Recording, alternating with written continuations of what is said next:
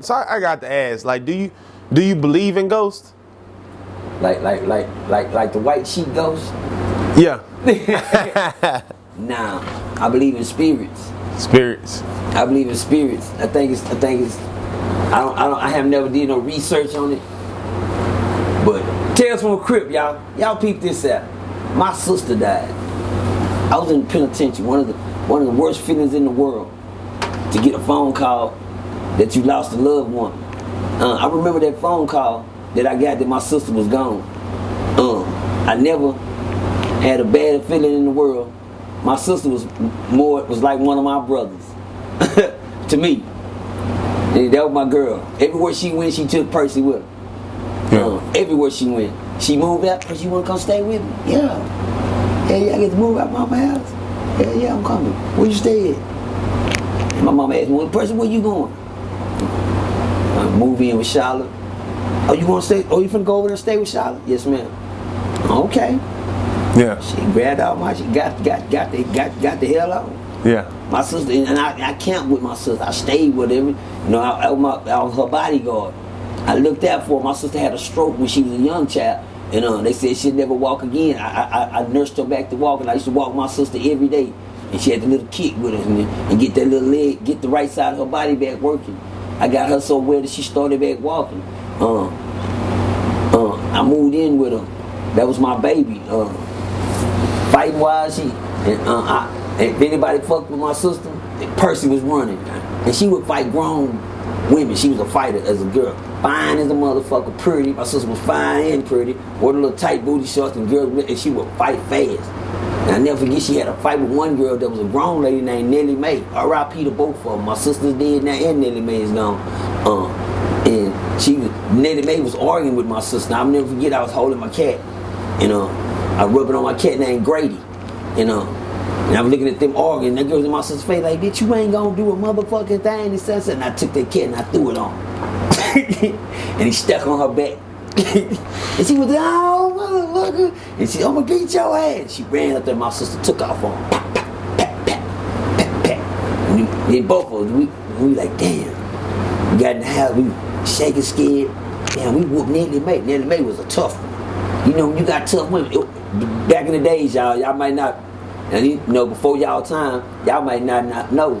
Yeah. There's some tough ass women out there. Like you said about the 6th grade center. Like about the 6th grade center. Yeah. There's some tough girls out there. These girls, and Nellie Mae was a fighter. She'd take off on them. And we whooped Nellie Mae. We were happy. My sister was my everything. I went to prison, and I never forget, my sister used to get a check, a disability check, because of her stroke. Yeah. She would always send me $20.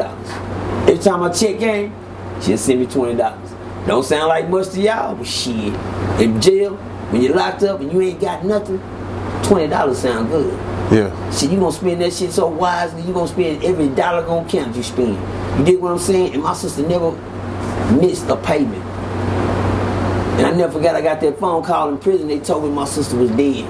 And I tore up the ward's office. Yeah. And shit like that. My sister was my everything, man. So my sister died, man, and right. I was released to go home. I went home. They wouldn't let me make it to the funeral according to my conduct when I was locked up. You act bad down in them systems. See, it don't make sense. I heard niggas be talking about how tough they be down there, acting bad down there, acting in, and then you end up in a situation that if you wasn't acting bad, that you could make the funeral. If you wasn't acting bad, they would trust you for a furlough to go and see the body and come back. Go pay your last respects. That's what they do to people that act according in the system. They go by your conduct. Well, fucked up ass person. Well, it came down, if the conduct had to be the reason I can go, I'm not going nowhere. Shit, they not gonna let me out the front door, the back door, the side door. Yeah, the hearse can pull up. They wouldn't even let me walk out there and look at the motherfucker. That's how bad I was acting. Stewhead. I was stewheading down there on that unit. I believe I was in Brownwood, Texas, on Brownwood unit. Yeah. A parole violation facility. And I came home, and my mama and them, since I didn't make the funeral, and it was throwback, y'all. My mama had a VCR tape where she had recorded the funeral for me. And I never would look at the tape. Kept it. And then one time my girlfriend, I was with my girlfriend, I said, man, I'm gonna look at my sister's funeral. She said, well, come on over. So I went, got the tape, went to her house, and I sit there and popped the funeral in. And I sit there and I watched the funeral. I'm like, damn. It really didn't put no closure to me. I was real scared for my sister. I was real scared to see my sister dead. Right. It was unbelievable to see one of your siblings that you grew up with laying in a coffin. Scary. No closure. I still couldn't get right. For some reason, I couldn't get right. Tales from a Crip. Tales from a Crip. Me and my daddy, I told my daddy I watched the funeral and shit, and it was raining real hard one night. And me and my daddy, my daddy was a barbecuer. My daddy loved barbecue. Say when it's raining, he said the barbecue pit smoked better. You know what I'm saying? And that barbecue pit, it was smoking. Smoke just coming up out that thing. It was raining outside in the backyard. He said, Press, go check on the meat. They always send me out there to do the man job. Go check on the meat. And I never forget, y'all. Tales from a Crip. The realest story I can tell y'all. The realest thing vivid to me. Just as clear as I'm looking at Diamond Stone. When I walked outside the back door, it was raining so hard. I see my sister standing right there looking at me. Vivid. Clear. It was so clear I did this. And she was doing this. Yeah. It was so clear. Her wave was like this, and I yelled her name. I said, Charlotte. As soon as I said Charlotte, she disappeared. Clear. Clear as day. I had closure at that moment. Right. I don't believe in ghosts, but I believe in spirits. Right. I seen it for myself. I don't believe in scary shit. I'm not with all the scary stuff, the spooky shit, the voodoo, the black. I'm not with none of that.